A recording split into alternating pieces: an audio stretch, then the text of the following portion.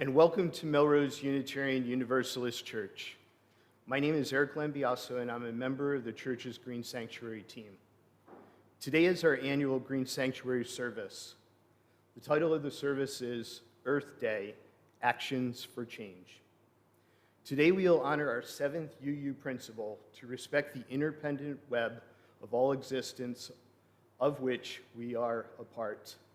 And we'll share how our individual and collective actions can make a difference for our Earth. Thank you for joining us. Today, to begin, we acknowledge that our church sits on the unceded land of the Native Massachusetts people. To support Native people in our state, we ask members and friends to check out the website maineindigenousagenda.org.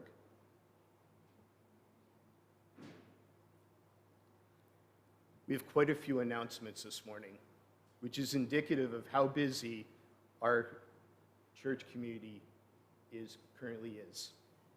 First, you should have picked up a colorful leaf when you came in today. You will need that during the story time. If you do not have a leaf, please raise your hand and we'll make sure to get you one.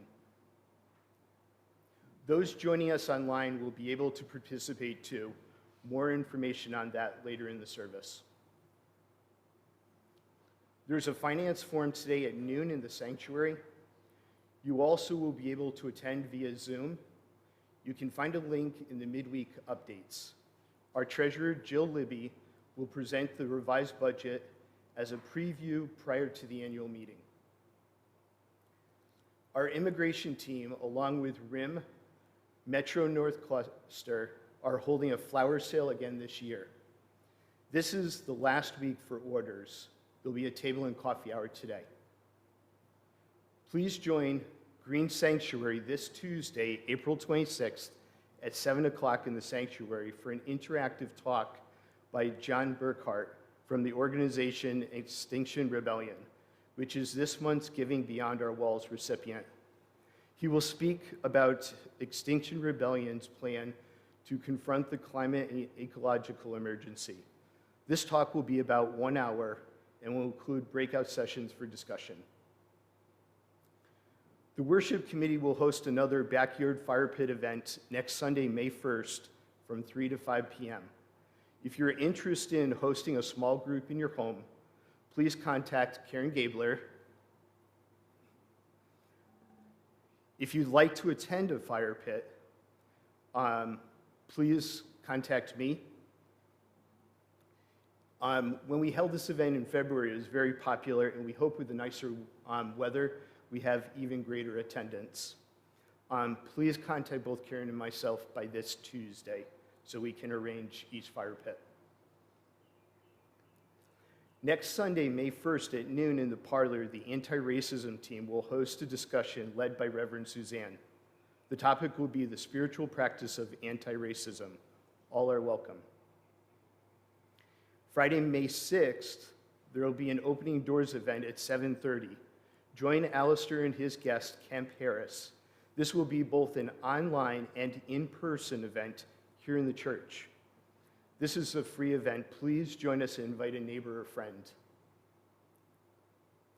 I told you there was a lot. Next Saturday evening, RE will be hosting a parents' night out. You can bring your children to the church at 5:15, where there will be activities planned and free babysitting. You are then invited to join others at Mexico Lindo for drinks, dinner, and conversation.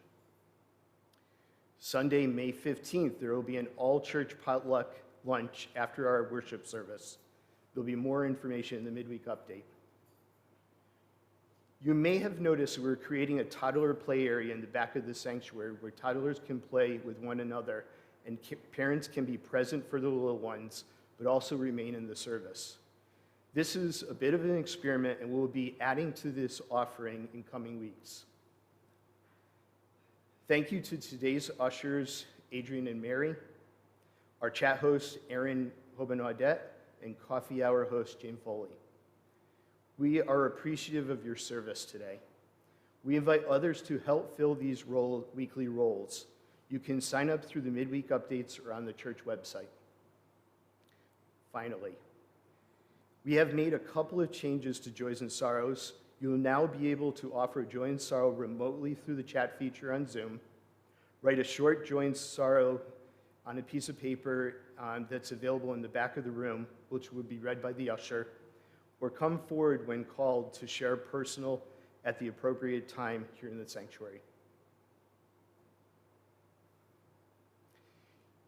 Now it's time for our weekly moment of greeting, when we welcome each other in our beloved community. Those here in person can wave to each other and say hello. Friends on Zoom, please switch to gallery view and scroll through the pages. Wave to each other and say good morning.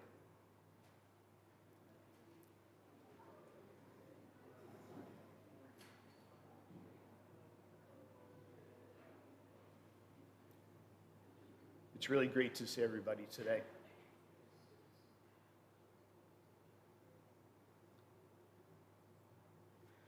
I call us to worship this morning with an observation from Doug Talmey's book, Nature's Best Hope. It is a mistake to leave conservation to the conservationists, that tiny community of scientists who are trained in the sciences of conservation, restoration, reclamation, and ecological sustainability.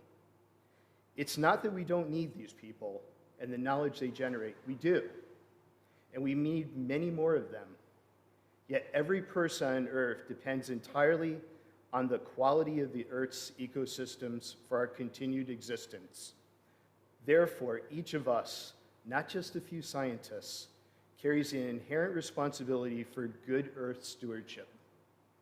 The conservation of Earth's resources must become part of the everyday culture of all of us, worldwide, and it must happen quickly. And now, together, we light the symbol of our living faith, the flaming chalice. Here to light it and give a reading is longtime congregant and Green Sanctuary member Gretchen Locke.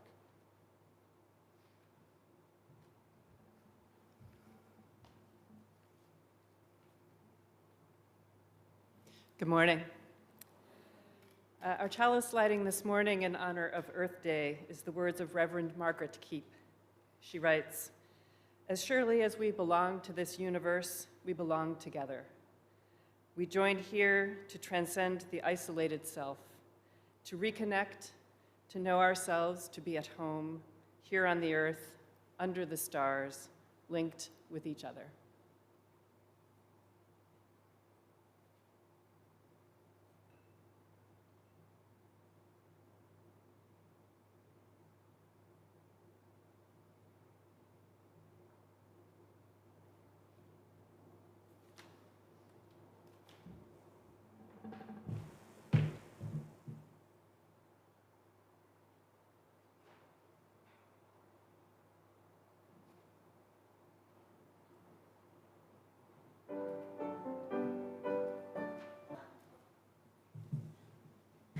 Good morning.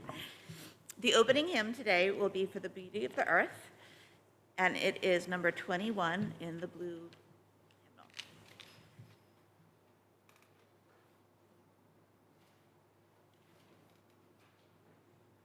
Yes, please rise in body or spirit if you are able.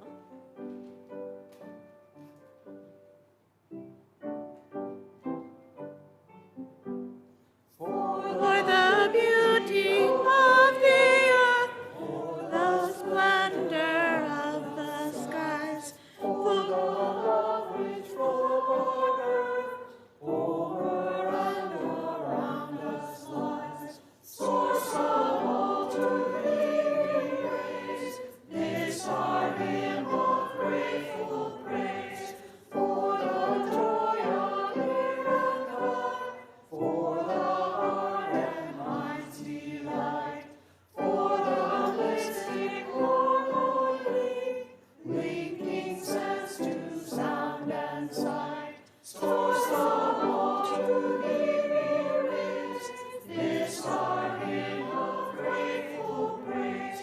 For the wonder of each hour of the day and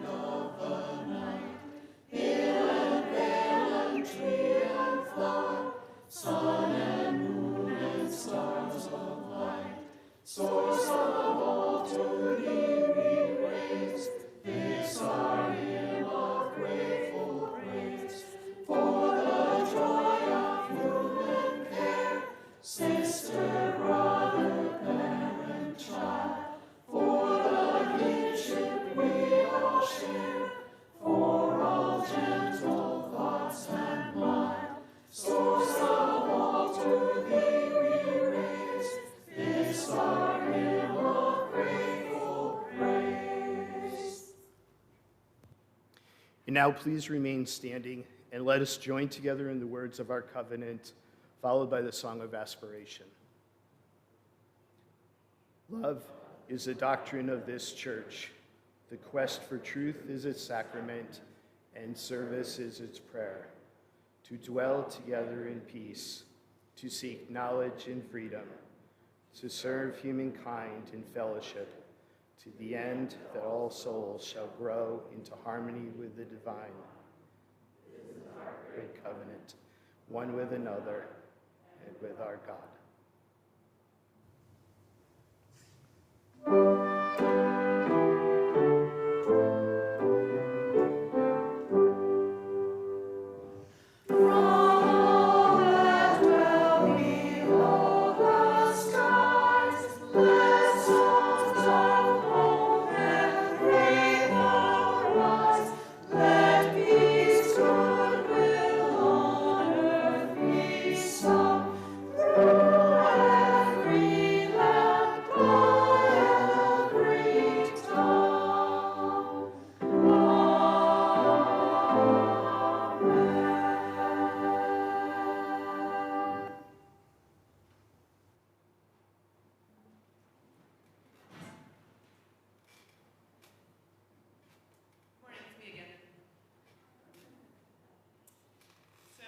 During our story time today, we're going to do a little project together.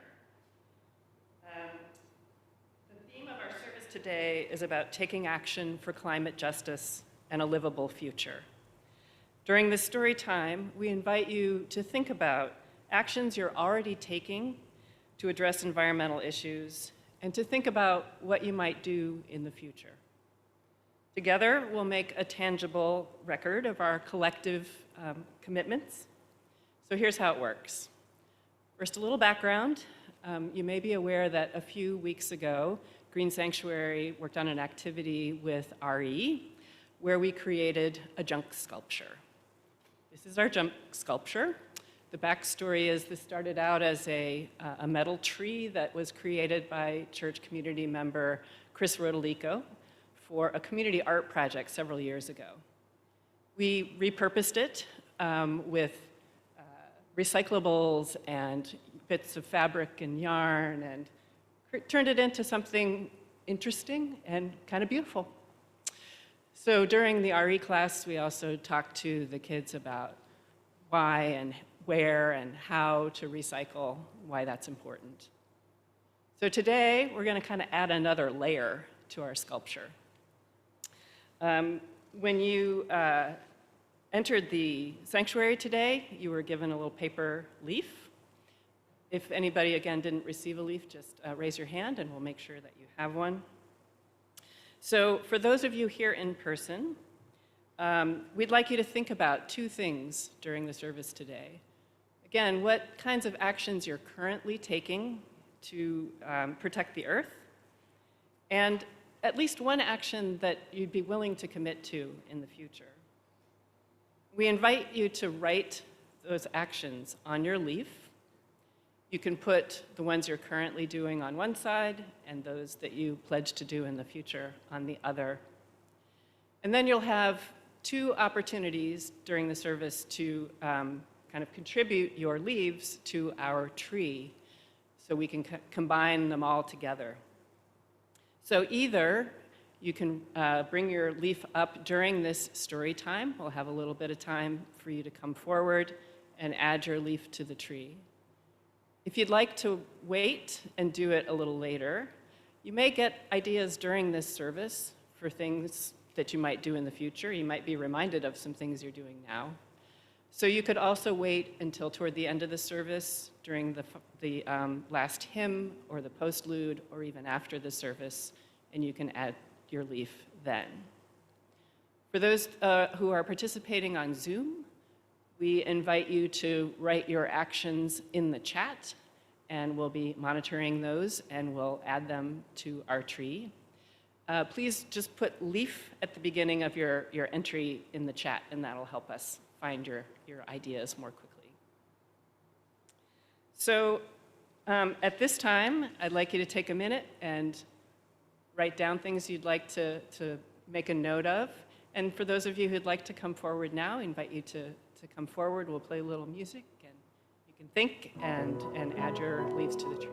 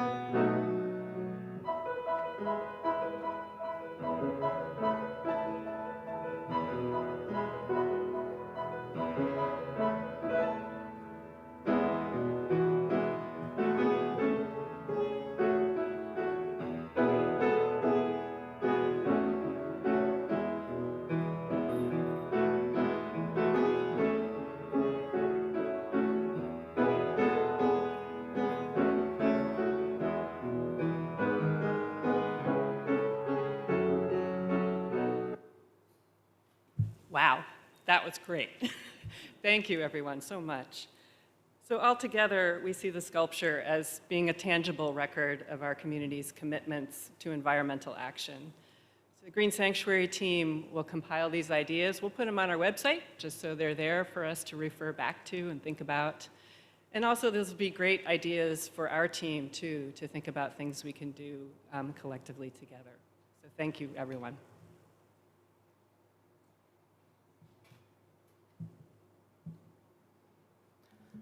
It was really fun to see the tree come to life. I'm not sure when Chris Rodolico first did the community project that she envisioned we would be upcycling it once again, although maybe she did. If you're reminded of something during the service, there still are extra leaves in the back. Feel free to grab one. Feel free to add another leaf.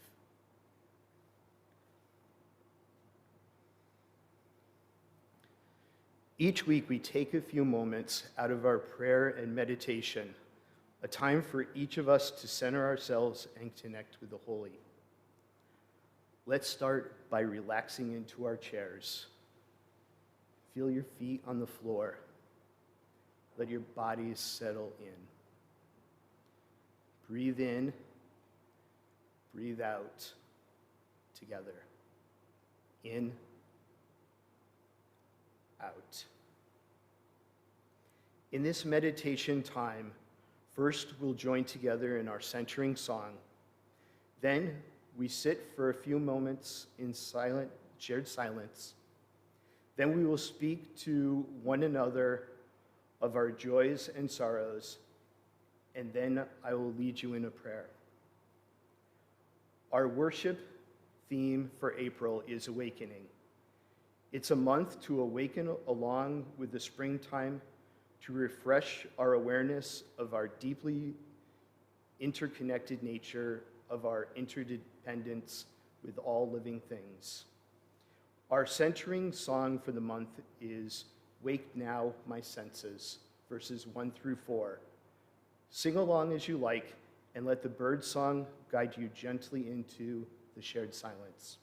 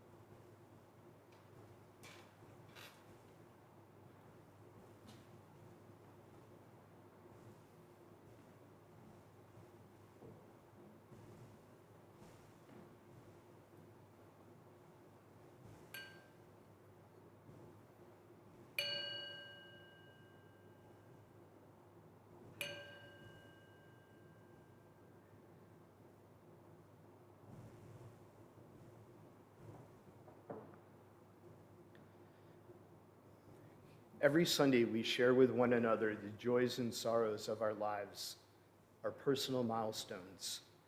We listen with compassion, letting this sharing weave us into an even stronger community. First, if those on Zoom have a sorrow to share, please type it in the chat box now, and Aaron, our chat host, will read them aloud. If folks here in the room have a sorrow, they may come forward now and speak your sorrow one at a time. Please be brief.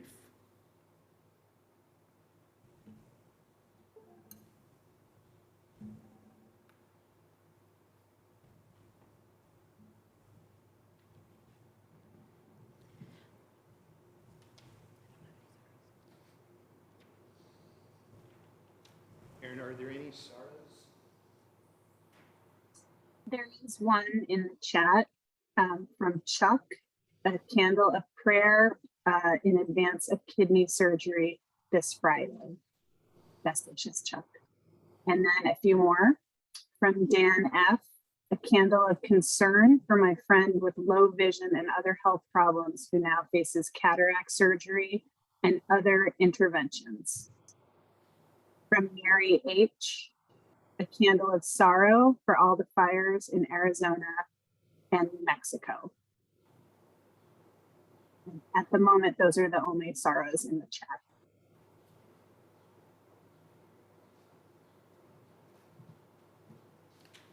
This is a prayer of concern for my brother-in-law who just had surgery on his pituitary.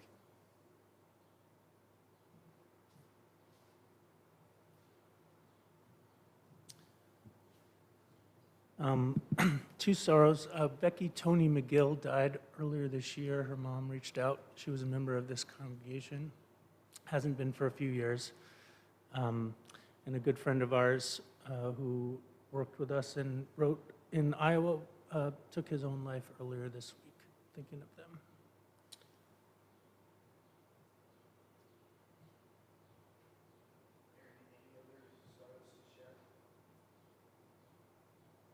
No more sorrows in the chat. Let's take a moment together to hold all these sorrows together. May those who are hurting today know our love and support. May we reach out with kindness. Adrian, will you light the gray candle as a beacon of care for all sorrows spoken and unspoken today?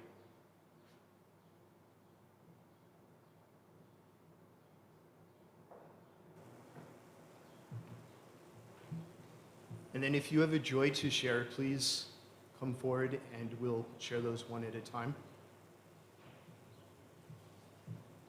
Hello, I have a joy from the congregation. Joy for the surprise cookies from Viva, Florence, and the caring team. Nathan said they were the best cookies ever.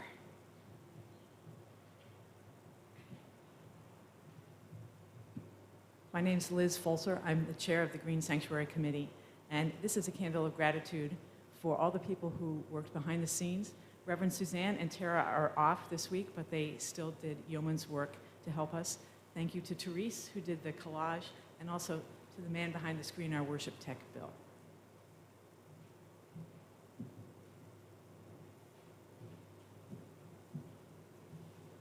This is a inspirational moment for me when I heard Senator McMorrow from Michigan stand up in the Senate and speak out against the hate that came toward her, and she really inspired me in her strong, clear message.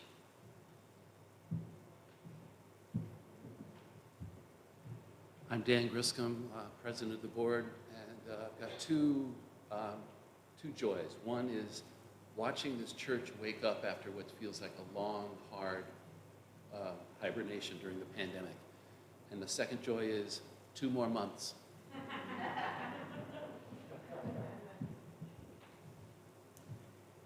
Hi, I'm Randall Gromitstein, and a week or so ago, the church sang happy birthday to my mother, celebrating her 95th birthday, and I just wanted to convey how thrilled she's been. She got a card and many expressions of well wishes, and she's feeling very happy. Thank you.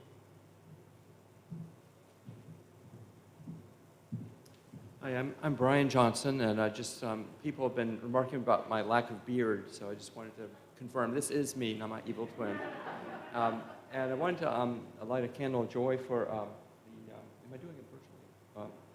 For the bike path, it seems to be complete.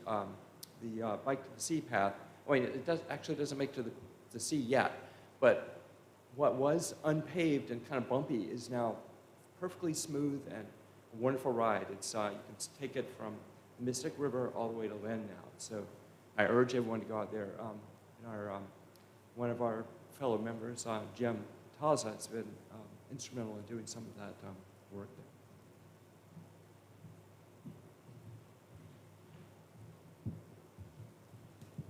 Hi, I'm Phyllis Carr, and I'm a longtime member of the Green Sanctuary Committee, but right now I'm rather an inactive member. But I also, so I'm looking forward to getting back on track.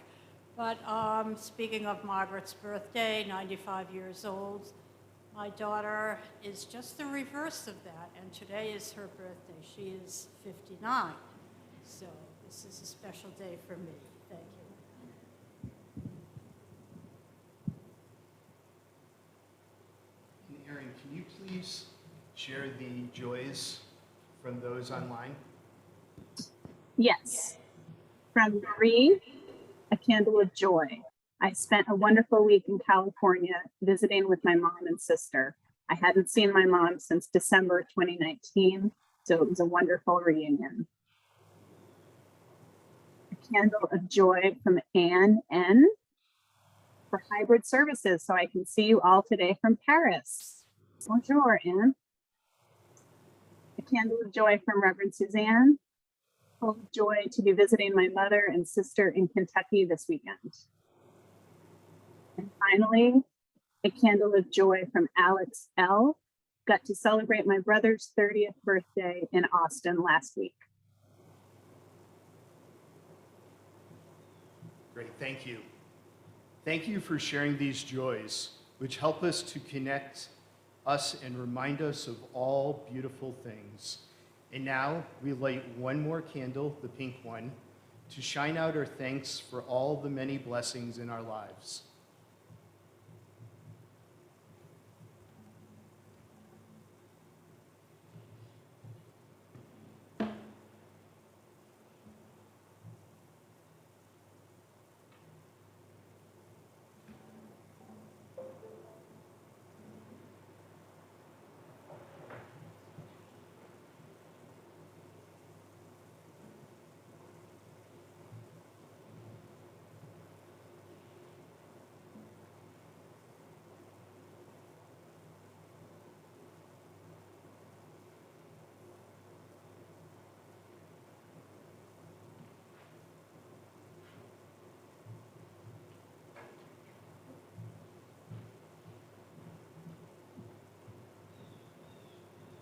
Please join me in the spirit of prayer.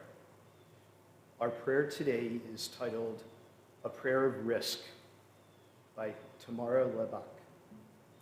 Holy One, who has given us the breath of life, today we remember to breathe deeply, to rest, to take in, to pause before we act, and then to take another deep breath poised on the edge and risk jumping in. Risk taking action. Risk speaking up.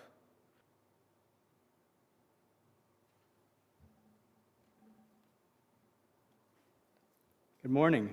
My name is Doug Dick, and I'm also a member of the Green Sanctuary Committee. Each year, when planning our service in honor of Earth Day, the Green Sanctuary Committee searches for a theme or topic which can highlight our seventh principle, recognizing our Earth and the interconnectedness of life. This year, our committee has felt the desire to focus on action we can take as individuals to tackle the issues of climate change, environmental degradation, and the environmental injustices that people of color and those living with challenging economic circumstances face. While we should not and cannot understate the need for governmental and institutional commitment in addressing these big issues, we should also not understate the importance of actions that we as individuals can and must take, both for the good of the planet and for our own sense of well-being. Well, in the Easterbrooks Dick home, We've been focusing on a number of actions towards those goals, like trying to go electric with our home heating and air conditioning, moving towards electricity in our cars. We try eating local, eating less meat, and simply trying to just consume less stuff. But one of the most challenging efforts that we've undertaken to date has been trying to eliminate plastic from our lives. And it's a challenge. The reason? Well, we all know plastic and plastic waste simply permeates every aspect of our lives. Plastic bags, plastic bottles, plastic packaging, plastic toys, plastic clothing, the list is endless. And almost everyone has seen the result of this, from plastic bags stuck in trees, plastic containers in every nook and cranny of our community and the parks. And you've probably heard of the vast floating plastic garbage dump the size of Texas in the Pacific Ocean. But that Texas-sized dump is only 1% of the problem. Scientists believe that there's actually 10,000 times more microplastics on the seafloor than floating on the surface, and it's been building up since the 1950s. A New York Times article entitled "In the Ocean, It's Snowing Microplastics" states that scientists believe that microplastics, small, tiny bits of plastic, have infiltrated the most basic food chain of the ocean, affecting everything from marine life to the temperature of the ocean and its ability to sequester carbon. And not only are microplastics ubiquitous in the ocean, they're also in the air we breathe.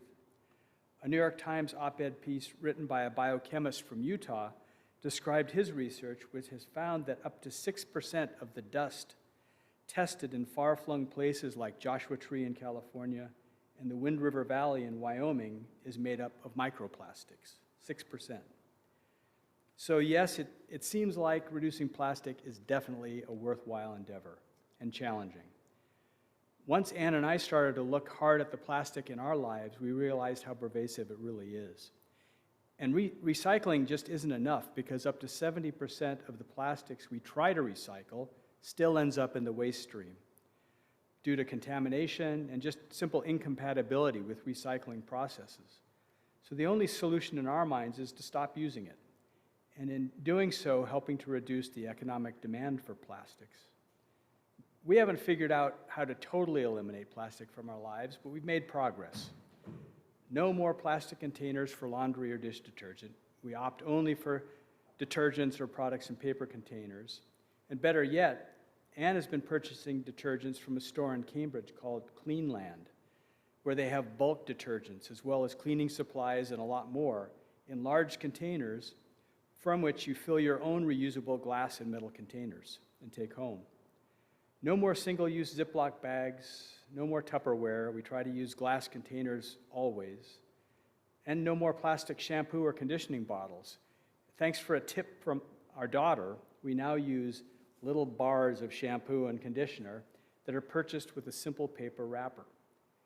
No more plastic yogurt containers, which we used to use many of. Now, Ann is making our own yogurt at home, and we keep it in glass containers. She says it's pretty easy, and I'll say that it's better tasting as well. We make our purchasing choices based on whether the packaging is plastic or not also. No more plastic milk cartons. We buy milk in reusable glass containers, and I know some folks in Melrose that actually have milk delivered in glass containers from local dairies. The cost is certainly more, but most of that additional cost is the bottle deposit, which you get back when you return the jug. Next on our list to tackle, trying to figure out how to deal with plastic takeout containers. We know that eliminating plastic is not the whole battle for the planet, but it's part of the battle. And it's fulfilling each way we have found a way to eliminate one more piece of plastic from our lives. It's good for the soul. And it's good to know that we're making a little progress and a little bit of a difference. And next, we're going to share a video from Cassandra Koutalides, who's another member of the Green Sanctuary Committee.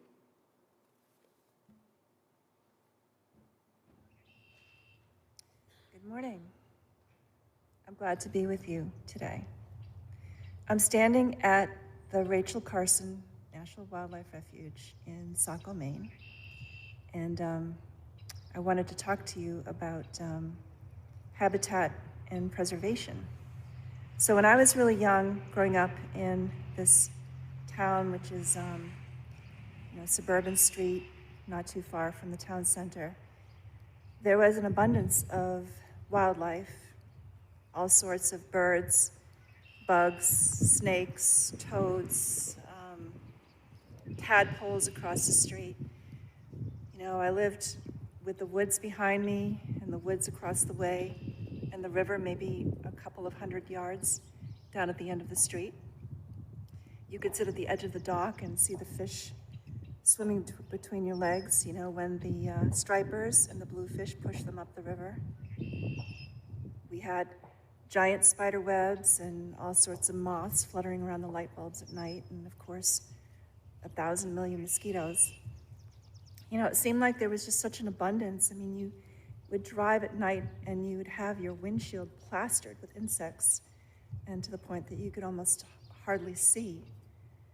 And so we took it all for granted, at least I did, that it would be here. So then you fast forward, to a different time. And, I can't tell you what is on the state of Maine's endangered species list, but in Massachusetts, there are 423 different species of bird, fish, plant, animal, all including insects. And some of them are endangered, some are rare, and others are threatened. But the State Natural Heritage Bureau lists them all. Some, like the Blandings turtle, may be so far gone in terms of their population that they might never come back. But there are others that are definitely within reach. I'm thinking of two in particular. One of them is the American bumblebee, and the other is the purple milkweed. Now, we know about milkweed and monarchs, and monarch caterpillars needing the milkweed in order for them to, be able to propagate the species. In Doug Tallamy's book, Nature's Best Hope, he talks about how we can stitch together, almost like lace, all of our yards to create one vast national park system, a new park, one that invites the return of these native species, insects, birds, other wildlife, so that they actually have the kind of food and habitat that they need to thrive. So my focus is going to be on taking a few of these items off that list. So how am I going to make this happen? And start small, be incremental, stay focused, spread out what I do and how I do it. For example, I'm back in my yard now, and I'm going to show you a nest that I mounted. Here it is, store-bought. The first year, there was one occupant. And now when I walked over and looked at it, looks like there's about 5 or 6 bees have moved in over time. And that's not all you can do. Back here, behind the shed, thrown a bunch of logs and things and put some more wood down because they like to nest on the ground that way. And I just saw a bee go by, but it was too fast for me to capture it. I think we all know this intellectually and in our hearts and our gut. That there are no redundant species, that everyone has a role to play. Maybe except for Japanese beetles, but who knows? There may be a function for them too. So action on a small level, large level, donations, turning your patch of ground into something that's more habitable and inviting for all of these species. We may not be able to bring back the insect population to what it was back when I was a kid, but we can definitely make an improvement. And that's what I think is important, and that's what I think that the message that we're trying to give here is all about. I appreciate the time you're taking to listen to me. And good luck. Happy choosing. All the best.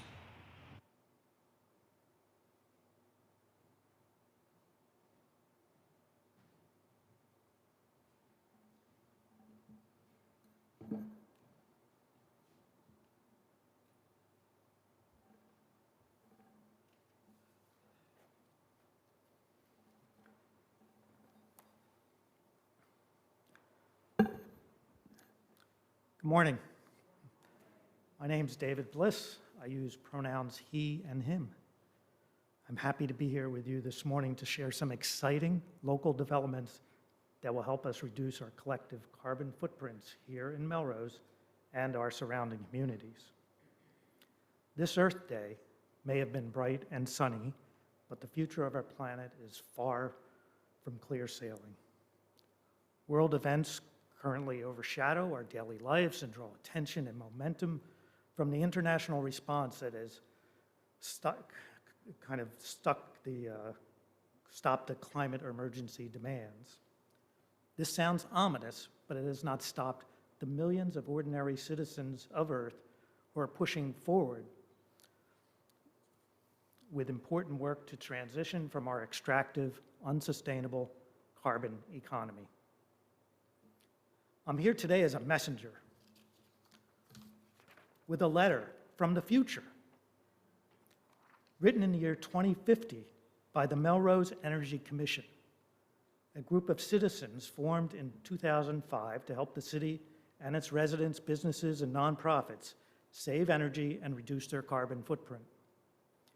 In 2050, the Commission is celebrating 45 years of helping citizens reach their net zero emissions goals.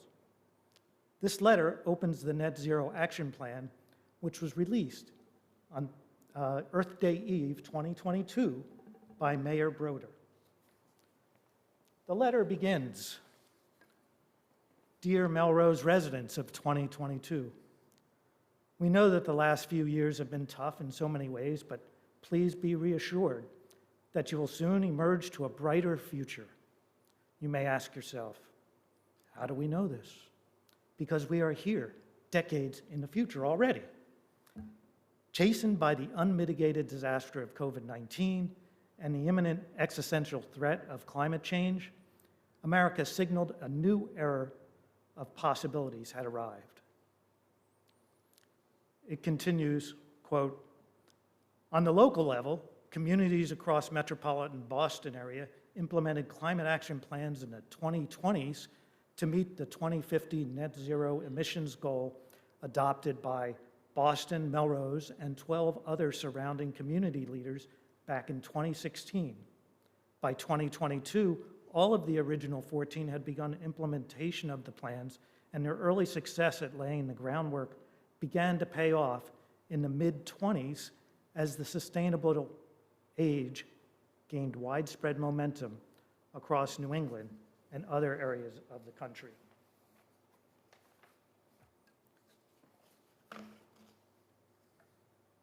I will return to our letter from the future in a few minutes, but I first wanted to share with you the new Melrose Climate Action Platform.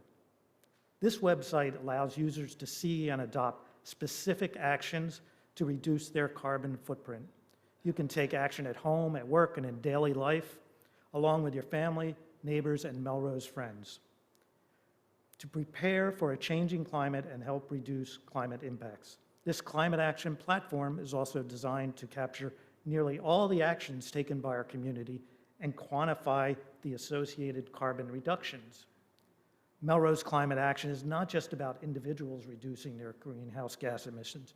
It is fundamentally about working together to speed our progress on emissions reductions and create a more livable, sustainable community. Let's look a bit closer by taking a look at the Take Action page. Presently, the site has 9 actions to choose from, ranging from initial to more advanced steps, with more to be added. You can click on these to learn more about specific actions, and once you are registered, you can start tracking these actions as either completed or as a to-do action, as shown in the green boxes on the left side, which also display your personal carbon tracking metrics. You can click on any of these actions to learn more, add them to your to-do list, or mark completed. Let's take a little closer look at the Calculate Your Carbon Footprint as an example. On the right side of this window is your personalized actions information. On the left side, you can see a green bar under the title showing the relative impact you can have by taking this action, the relative cost of the action, and a description providing further information. Next to the green description button, you can click on Steps to Take, which leads you to a calculator from the Cool Climate Network and guides you through the steps to assess your household and estimate the carbon footprint with comparisons to similar households. On behalf of the Green Sanctuary Committee and the Melrose Energy Commission, I invite you to join our family in signing up for and using the Melrose Climate Action website to take positive actions towards reducing your carbon footprint. To better serve our congregation, Green Sanctuary will form a team on this website to provide a space to share what we are doing and perhaps spark formation of teams from other houses of worship in Melrose with the goal of sharing our sustainability stories and ideas.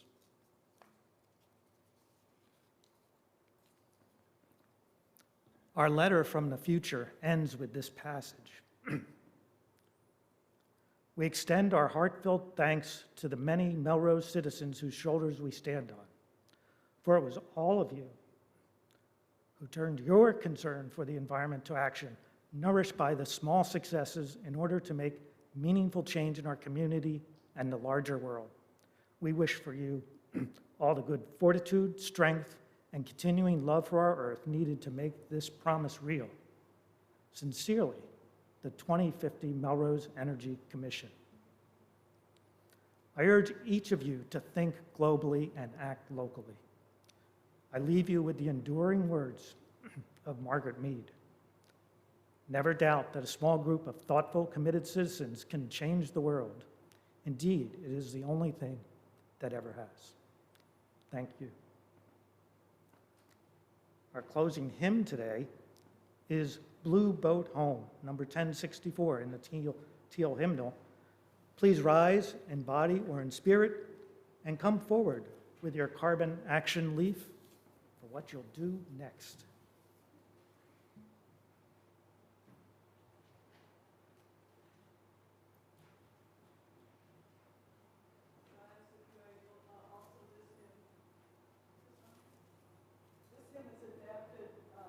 Peter Meyer adapted this from a Welsh Christian hymn that means cheerfulness.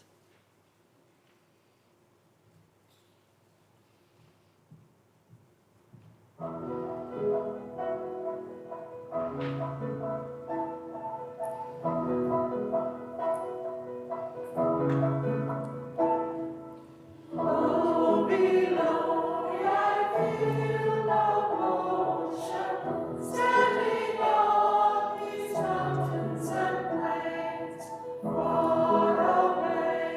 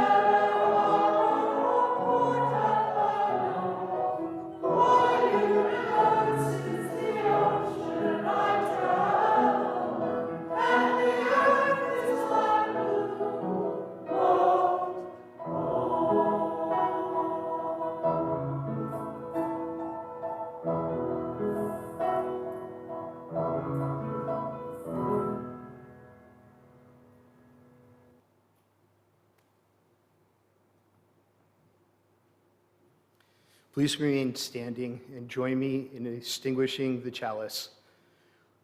We extinguish the flame, but not the light of truth, the warmth of community, or the fire of commitment.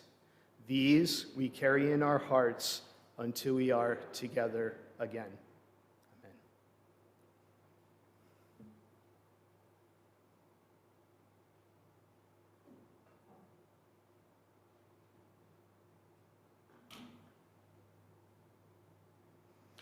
Our service has ended. Friends on Zoom can chat in the shared room, and those in person today can join each other in Parish Hall for conversation and treats. Thank you all for worshiping with us today.